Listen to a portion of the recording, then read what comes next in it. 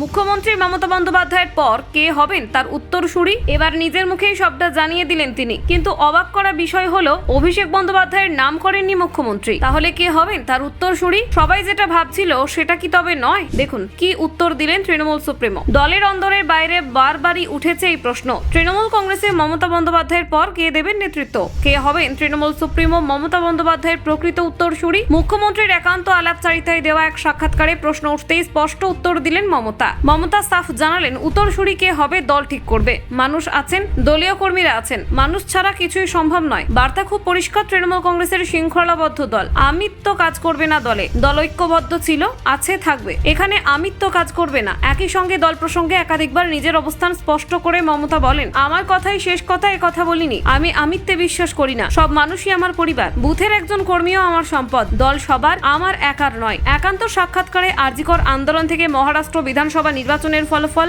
India জোট সহ একাধিক বিষয়ে মুখ খোলেন মমতা। মন্তব্য করলেন তৃণমূলের এক সময়ের ভোট কুশলী প্রশান্ত কিশোর ও তার দল প্রসঙ্গেও। আরজিকর আন্দোলন প্রসঙ্গে এদিন মমতা বলেন, যে কেউ আন্দোলন করতে পারে, কিন্তু প্রমাণিত হয়েছে এর মধ্যে রাজনীতি ছিল। সবাইকে বলছি না, কিন্তু প্রমাণিত হয়েছে এর পেছনে ষড়যন্ত্র ছিল। প্রথম আমরা অনেকেই কিছু বুঝতে পারি না, দাঁত থাকতে দাঁতের মর্ম বুঝি না। রাজনৈতিক দল আন্দোলন করতেই পারে, কিন্তু যেভাবে এই ঘটনা তুলে ধরা হয়েছিল